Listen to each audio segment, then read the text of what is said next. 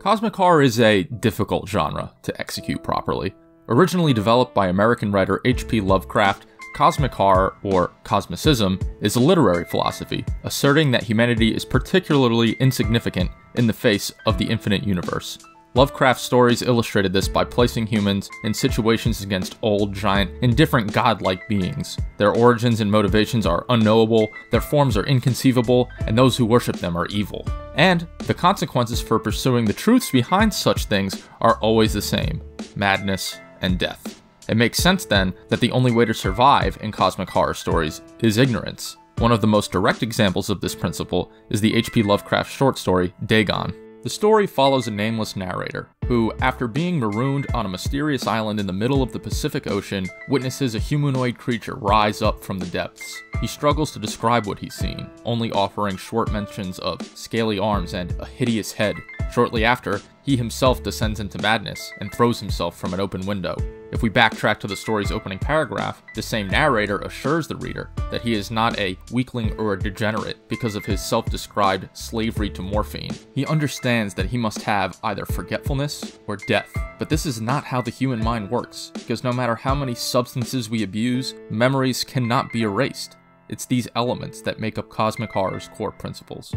However, Lovecraft laid these principles out nearly 100 years ago, and since then, many writers have taken his blueprint and paid homage to it, thankfully leaving out his fondness for eugenics and racially based prejudices, but few writers have taken the genre and done something genuinely new with it. Because as creatively grotesque as the creatures are in films like John Carpenter's The Thing, or in video games like From Software's Bloodborne, two of my favorite pieces of horror media, the quote, unknown has actually become quite familiar, at least as far as modern interpretations of the genre go. And this is why cosmic horror is so difficult to get right. If the main source of fear in a cosmic horror story is supposed to be some form of the unknown, something that makes humanity feel small and insignificant, then no matter how creative the realized form is, it is still something tangible, something the audience can work towards understanding. Of course, this can be done well, and there are plenty of films that manage to balance mystery and reveal and still maintain the atmosphere of existential dread. But for every in the mouth of madness, there's an it or event horizon, where writers are over anxious to give explanations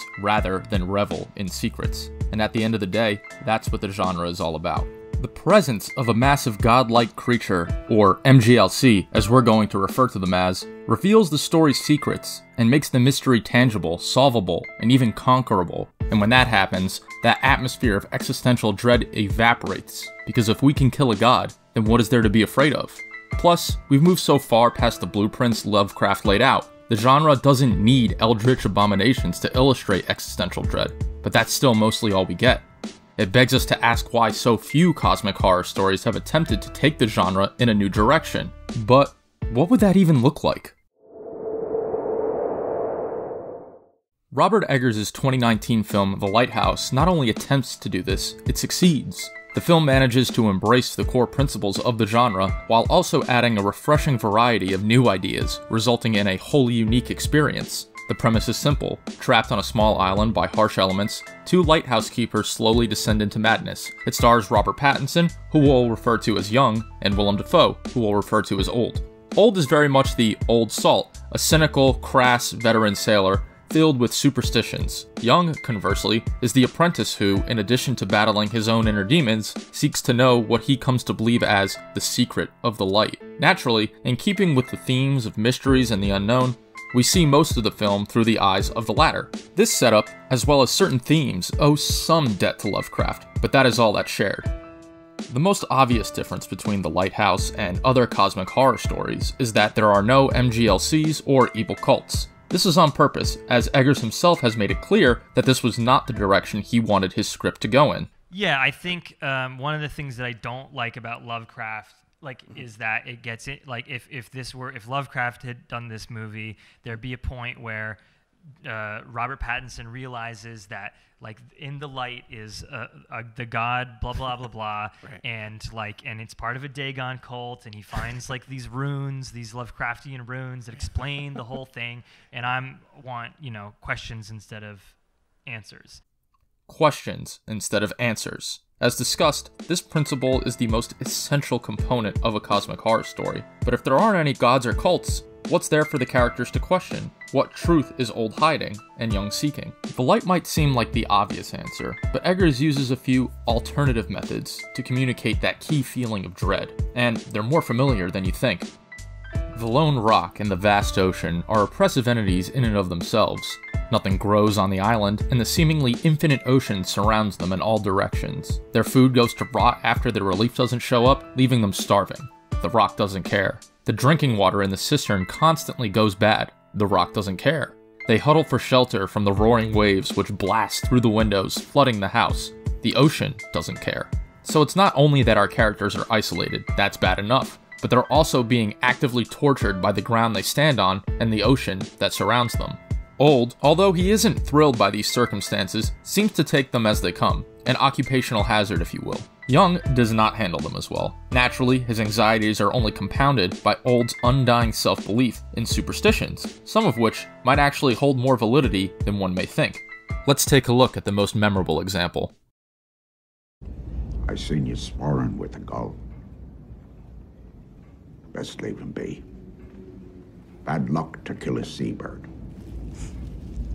More tall tales. Bad luck to kill a seabird!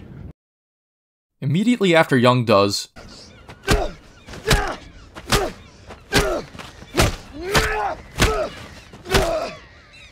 just that, the wind changes direction, bringing on the storm that traps the two keepers on the rock. It could have just been a coincidence, and that interpretation is perfectly valid, but the timing of the action and the editing suggest otherwise. So regardless of the validity of old superstitions, their effect remains the same because as much as Young denies it, he believes in them.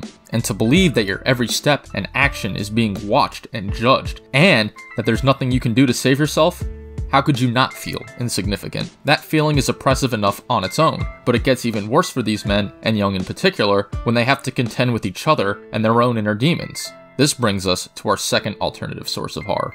Of course, the gaslighting, intense self-reflection, and hallucinations can all be filed under the psychological horror label. However, all of the events that eventually drive both characters to madness come from the same source: knowledge. Both characters struggle with the idea of knowledge, and in more than one way. Young seeks it. He constantly wars with his past and tries to reconcile with his inner demons. This is exacerbated by his eventual obsession with the light and his belief that Old is manipulating him. Old, on the other hand, understands the dangers these inner machinations pose. Thus, he makes every attempt to avoid any sort of comprehension. This explains his love of drinking and his refusal to listen to Young spill his beans. His wisdom is also illustrated through the few scenes we see him interacting with the light. It is clear that the light has some sort of power over Old, but he never touches it, no matter how much it excites him. He understands the value of ignorance, even if such a thing isn't realistically achievable. This is the core of what makes the Lighthouse stand out against its predecessors. Eggers whips traditional genre tropes off a cliff and grounds his cosmic horror in things that affect us every day, things that we all claim to understand, because it's far more frightening to think you understand something, especially something about yourself, only to realize that you don't. It's also kind of funny. We are insignificant, and that insignificance is not just oppressive, it's ridiculous. We die, but the rock and the ocean and the weather are immortal. Our existence is petty to them, and once you understand that pettiness, what else is there to do but laugh? It's in these ways that the Lighthouse not only embodies the core tenets of cosmic horror, but transcends them, pushing the boundaries of what genre is capable of. Of course, this isn't the only reading you can have on the Lighthouse. Many have analyzed its connections to Greek mythology, and I've read lots of great pieces comparing the rock to purgatory. But that's what's so great about this film. Anybody can watch it and come away with their own equally valid interpretation. However, the film's cosmic themes connected with me most because they embrace the spirit of secrets. Secrets keep the mystery alive and rail against our basic desire for certainty, because there aren't always answers. Because the answers your imagination creates will always be more frightening than the ones given to you by someone else.